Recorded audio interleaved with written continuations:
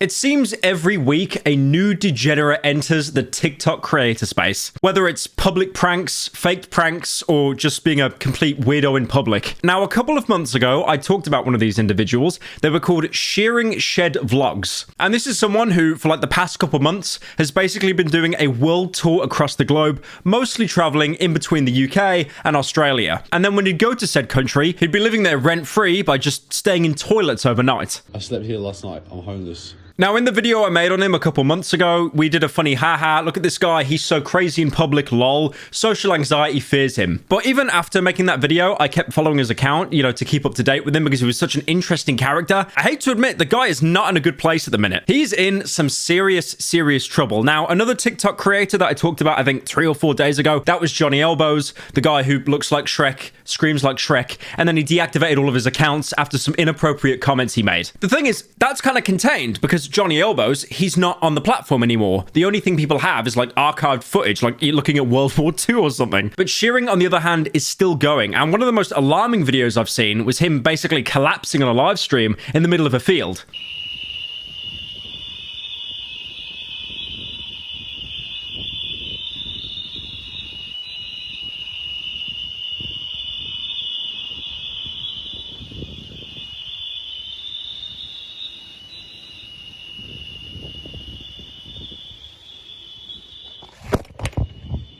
Now, you could watch that and think, I'm completely overreacting. He's probably just a sleepy little fella. He gets around a lot. He really does travel a lot. He'll spend 1 to 2 days in the UK, go straight back to Australia, and repeat. That much traveling and jet lag could really catch up to you. I mean, for example, 24-hour live streamers. Some of them have passed out before due to like exertion. But then a little bit earlier, you could see that Shearing was basically admitting that he was on drugs. London, kill me. Now, originally when this happened, people were like incredibly skeptical because the thing is with TikTok live streamers, they are built different. They are nothing like YouTube live streamers, nothing like Twitch streamers. When you're scrolling the live feed on TikTok, they will do anything to get you to stop because they want your attention, because then there's a chance that you give them some kind of gift. For example, on Twitch, no one watches you unless you're XQC and Hassan, and then on YouTube, no one watches anyone on YouTube. But TikTok lives are different because it's so fast-paced, you do have a chance to become famous. That's why if you open your phone right now and scroll on TikTok lives, it'll be someone trying to put like a nut on top of a temple of nuts and never actually doing it, like, oh, if someone donates money, I've got to take it off. Or someone that's got a calculator on their computer and they're nearly at 1 million and then they go back a couple of numbers. They'll basically never reach the crescendo that you're watching for because by the time that you realize it's complete BS and click off it, 50 other people have joined. But I do think this situation with Shearing is legit because he's talked about it before and how he's been sober for the past 3 years. I started using because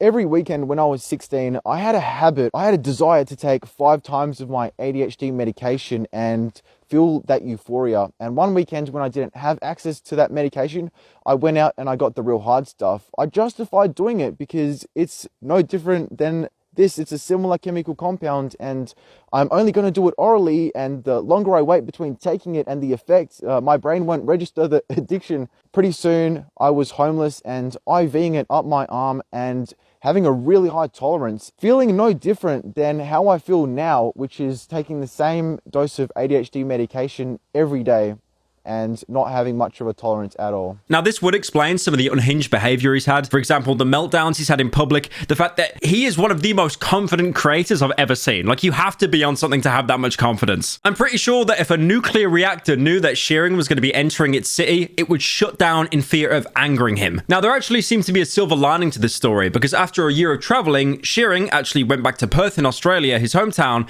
and he was picked up by his mum at the airport. Guys, my mum came and picked me up from the airport, and she also brought me an antioxidant pack as well, because I have been deprived of nutrients. What else has we got in there? We got some apples. What else have we got? What is those? Some almonds. Let's go. And what else do we have? She also brought me a liter of cold milk as well. Now, this should have been him turning over a new leaf, a really wholesome redemption arc. You know, he's back with family. Maybe he's going to clean up his act. But even in Perth, it didn't take him long to get up to his usual bits. Excuse me.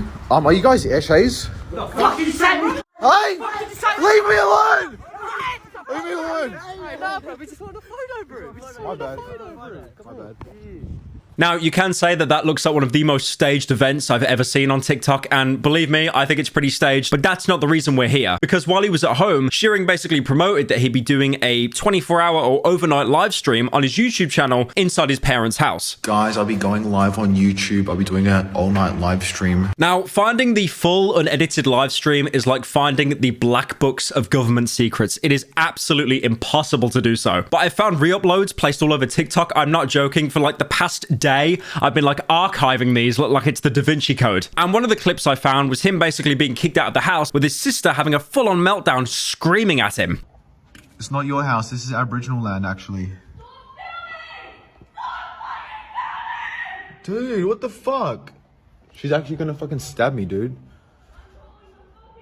She's calling the police. Anonymous sent $3. We should all forgive and forget and... I'm fucking leaving, dude. Now, obviously, with this clip alone, it's very hard to pull any kind of context. You can't really tell who's in the wrong. But obviously, the fact that he still continues to live stream after his sister's freaking out, and the TTS donations, and the fact that he's cracking jokes like, Aboriginals own the land, you don't own the house. It feels really, really off. But I'm still going to give Shearing the benefit of the doubt. That was until I got some context clips of him streaming inside the house. And now we know why the sister was having a meltdown, because he was playing really explicit TTS just out loud in the parents' home. Anonymous sent $3. Is your sister a registered sex offender too? Nina? I'm working. Turn the fuck off. This is my house. I'm working. This is my Work job. outside. I'm working. Work outside if it's gonna be that fucking loud. I'm a streamer. I like the cope how he's saying that he's working while doing nothing and just waiting for a dono to play that's louder than the fucking SpaceX takeoff. And then a couple seconds later in the stream, you can see that even the mom's had enough of it and she starts to escort him outdoors and he just goes complete NPC mode. He's like one of those like Ice Poseidon React Andes. He's just got his phone in front of him and he's acting like he has done nothing wrong and he's witnessing a traumatic event going, oh, what? All while the, you know, the TTS donors continue to play. Get the fuck out of Anonymous this sent house. $5. Come back to England, Spidey. You know Australia is no longer your home. Here nobody knows about your register status. It's really hot out in this bitch right now. So you can sleep outside or at my house if you don't do any fucking. What the fuck? And a couple of days later, after this incident, we come full circle because that video I shown earlier of him, you know, Shearing falling unconscious, he's back in the UK now. And I'll be honest, man, like this guy, he does not look good. If anything, by listening to this clip, he sounds like he's completely off his face. I'm here in England. It's 5:30 a.m. Bosh. What the fuck, dude? Australia, you can have your like rainy weather, dude. Australia, I was just in Perth, man. It was rainy. You can have your Perth, dude. I'm here to frolic in the nice English sunshine. Oh, yeah. And then to like all the naysayers, to all the people that think, you know, this is all a very extended joke, he literally does a line on a live stream and he tries to make it as apparent as possible. 1 second, guys.